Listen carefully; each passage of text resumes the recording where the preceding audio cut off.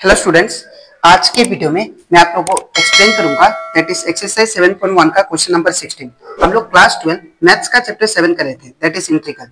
इसके पिछले वीडियो में मैंने आप लोगों को एक्सरसाइज 7.1 का क्वेश्चन नंबर 1 से लेके 15 तक जितना भी क्वेश्चन था वो सारा क्वेश्चन मैंने आप लोग को डिटेल में एक्सप्लेन कर दिया है। ठीक है, तो अगर आपको एक्सरसाइज 7.1 का क्वेश्चन नंबर 1 से लेके 15 तक हर एक क्वेश्चन अगर आपको अच्छे से सीखना है तो आप लोग उसको मेरे यूट्यूब चैनल में जाके उसको देख सकते हो। ठीक है, मैंने चैप्टर 7 का प्लेलिस्ट बना के उसको अपलोड कर दिया है। ठीक है, तो स्टार्ट करता है क्लास। यहाँ पे हम लोग को एक्सरसाइज 7.1 का क्वेश्चन नंबर 16 में क्या करना है, देखिए फाइंड द फॉलोइंग इंटीग्रल।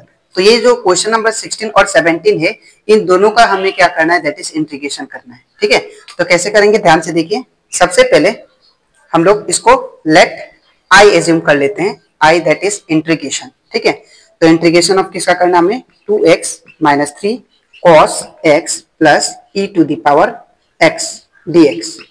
ठीक है, तो यहाँ पे हमें कोई भी सिंप्लीफिकेशन नहीं करना है बिकॉज ये ऑलरेडी अरेंज है। ठीक है, तो यहाँ पे ये जो इंटीग्रेशन है ये सभी टर्म के साथ होगा।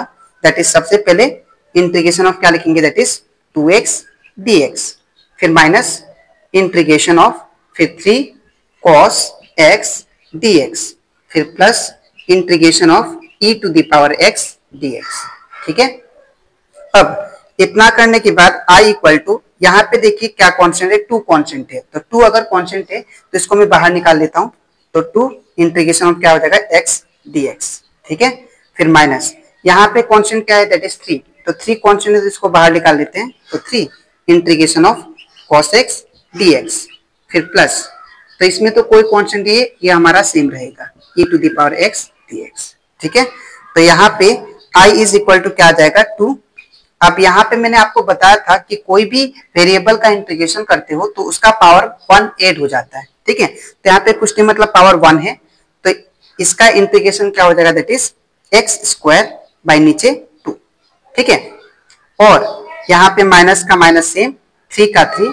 अब इसका इंटीग्रेशन ऑफ cos x क्या होता है, तो हम लोग मैंने आप लोग को इंट्रोडक्शन पार्ट में भी बताया था कि इंटीग्रेशन ऑफ cos x क्या होता है, दैट इज sin x। ठीक है, तो यहाँ पे क्या होता है, that is sine x, plus का प्लस, और integration of e to the power x क्या होता है, that is e to the power x ही होता है। ठीक है, प्लस c।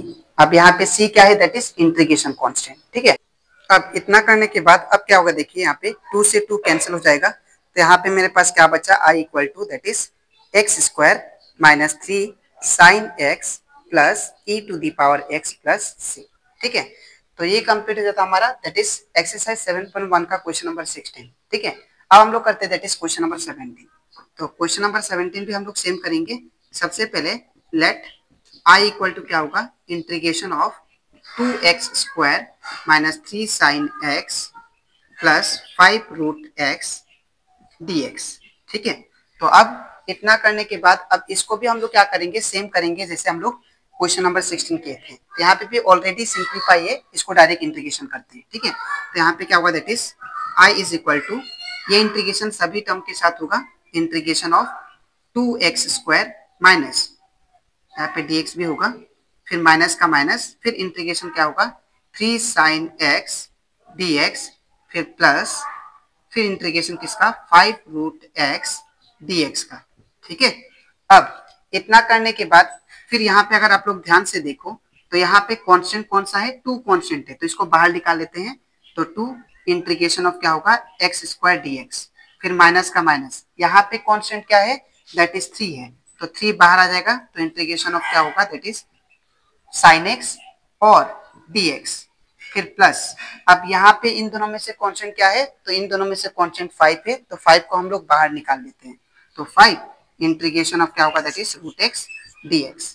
ठीक है, अब इतना करने के बाद अब हम लोग क्या करेंगे, ध्यान से देखिए, i का i सेम।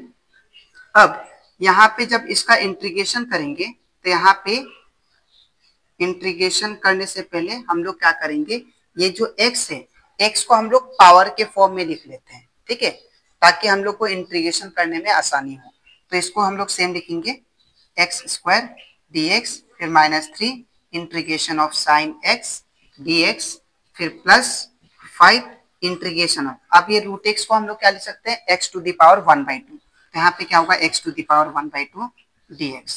ठीक है, अब इतना करने के बाद अब हम लोग इसका इंटीग्रेट करते हैं। I इक्वल टू क्या होगा 2 का 2। अब मैंने आपको बताया था पहले ही कि पावर क्या होता है, जो भी वेरिएबल का पावर होता है उसका जब इंटीग्रेशन करते हैं तो एक पावर ऐड हो जाता है, ठीक है। तो यहाँ पे क्या होगा एक्स क्यूब बाई 3 और फिर माइनस का माइनस 3 का 3। अब इंटीग्रेशन ऑफ साइन एक्स क्या होता है, तो याद रखिएगा integration of sine x dx होता है that is minus cos x, ठीक है। तो इसके जगह पे हम लोग क्या लिख सकते हैं, that is minus cos x, ठीक है। फिर प्लस का प्लस 5 का 5। अब यहाँ पे क्या होगा इंटीग्रेशन ऑफ x का पावर 1/2 है, तो यहाँ पे भी पावर एक ऐड हो जाएगा, ठीक है, जब इसका इंटीग्रेशन करेंगे तो क्या होगा x का पावर 1/2 प्लस 1 और नीचे भी क्या होगा 1/2 प्लस 1 प्लस c क्या है हमारा इंटीग्रेशन कांस्टेंट, ठीक है। तो अब I बराबर कितना आ जाएगा, दैट इज 2x क्यूब, नीचे कितना दैट इज 3, फिर माइनस माइनस माइनस क्या हो जाएगा प्लस 3 cos x, फिर प्लस अब ये यहाँ पे इसको पहले सिंप्लीफाई कर लेते हैं तो 5x। अब इसका जब सिंप्लीफाई करेंगे हम लोग तो इन दोनों का एलसीएम कितना आएगा, दैट इज 2। अब क्रॉस मल्टीप्लाई में कितना आएगा 1 1 जा 1 2 1 जा 2 दैट इज 1 प्लस 2 कितना दैट इज 3, ठीक है।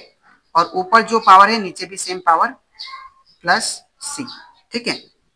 तो I इज इक्वल टू कितना आ गया 2x cube by 3 plus 3 cos x plus अब ये जो 2 डिनोमिनेटर में है ऊपर जाके मल्टीप्लाई हो जाएगा, तो 5 2 जा कितना हो जाएगा दैट इज 10x का पावर 3/2 और नीचे कितना दैट इज 3, ये 3 का 3 प्लस c, ठीक है। तो आई होप आपको एक्सरसाइज 7.1 का क्वेश्चन नंबर 16 और 17 आपको अच्छे से क्लियर हो होगा, ठीक है।